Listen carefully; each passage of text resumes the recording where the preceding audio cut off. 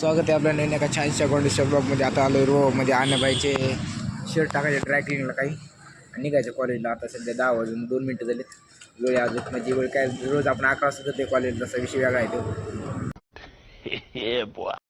आता सध्या 10 वाजत आणि कॉलेज भरलेलं आहे. अवघड विषय आता घेतलं का नाही काय माहिती. आता हे आपलं कॉलेजचा टॉपर आहे बरं का यार, तुझी त्यांची ओळख आहे.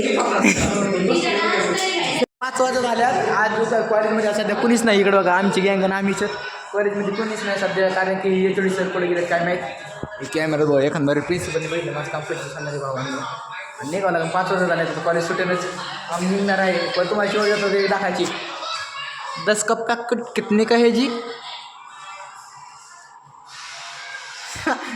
अन्ना अन्ना हम ऐसी ही पढ़ाई करते थे.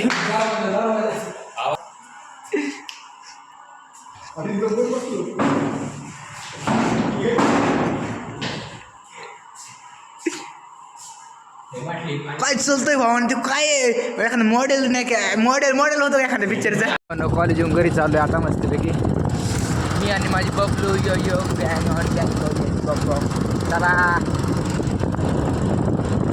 भावनगर आलं लगेच लांबदेव आला. आपलं व्यायाम काढायला व्यायाम काढले तर उडव्याशा काढलेत. काही गरम फोन आला. आता जायचंय घरी, कारण की सामानाच्या गावात जाऊन आता दळण ठेवायचं लई काम आहे. घरी निघावं लागेल. आता एकटाच चालू जाताना भीती काय माहीत कुणाला वाटते.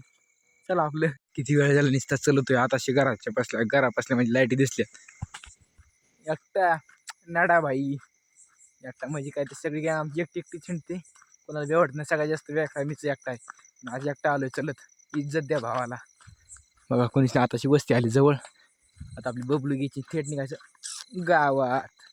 हे गावात मस्तपैकी लय बेकार गार आहे. त्यामुळे पंचा चालू जास्त गार लागायला लागलं नदी बिदीत. पंचा कान पॅक करायचे थेट निघायचे. एकटा चालू आहे. कुण्या आपलं कुण्या मित्र कोण नव्हतं, त्यामुळे एकटा चालू होतं.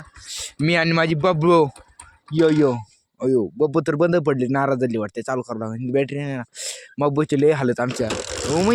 हो गई चालू. चलो मेरी जान मेरी इस तरह कर नमा.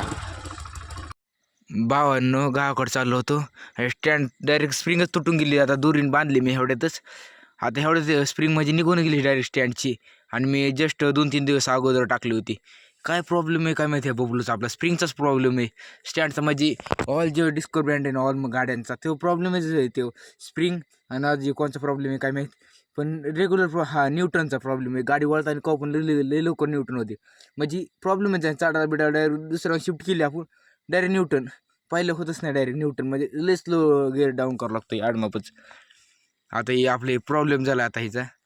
आता स्प्रिंग टाकावं लागून 20 रुपये गेले. आणि 3-4 दिवस झालं केलेलं टाकलेलं मग स्प्रिंग. एक नीट केला का दुसरं वाढणार. एक नीट केलं का असा बब्बूचं आपल्याला लय प्रॉब्लेम व्हायला लागले. एक ते व्हायला नीट करावं लागेल हिला आता. हे बघा 20 रुपयाची स्प्रिंग आहे, पण ती अडचणी डबल स्टँडवर सारखं नाही लावायला जमत कुठं पण. त्यामुळे आता हे बबूल ती करून घ्यावं लागेल. स्प्रिंग टाकावं लागेल. बाकी ओके सगळं. एकदा बॅटरीने आपल्या गाडीला म्हणजे बॅटरीने ती 1600 रुपयाला कोण टाकावं किकवर होती चालू आपली बब्बू. त्यामुळं आता काय दुसरा काय प्रॉब्लेम नाही. गाडी चालू करायची निघायचं थेट. किराणा घेऊन चाललो आहे आमच्या घराकडे, जिथं आम्ही अन्न वस्त्र निवारा म्हणजे अन्न मस्तपैकी सामान बिमान घेतलं. आता चाललोय घरी. आता सध्या नदीत आहे. यो यो बहुत थंड लग रही आहे. म्हणजे लय नाही आता थंड कमी झाली. मग गार थोडंफार लागत आहे. थोडं म्हणजे चांगलंच लागते गार. चला घरी. गार ते बेकार लागते ना बब्बू. लय दिसत होतं गावात, त्यामुळं काय वाटलं नाही एवढं गार बीर काही. तेव्हा लय बेकार अधिकार होता. आता गार कमी झालं. गाठा बिटा सगळं कमी झालंय. आता काय तर उपयोग नाही झाला. काहीच नाही. गळ्यात टाकून निघून गाड्यात टाकून वापस आणले. संपला विषय. हा ब्लॉग एवढाच होता. ब्लॉग आवडला तर लाईक शेअर सबस्क्राईब करा आणि भावाला प्रेम द्या. कसं इज्जत.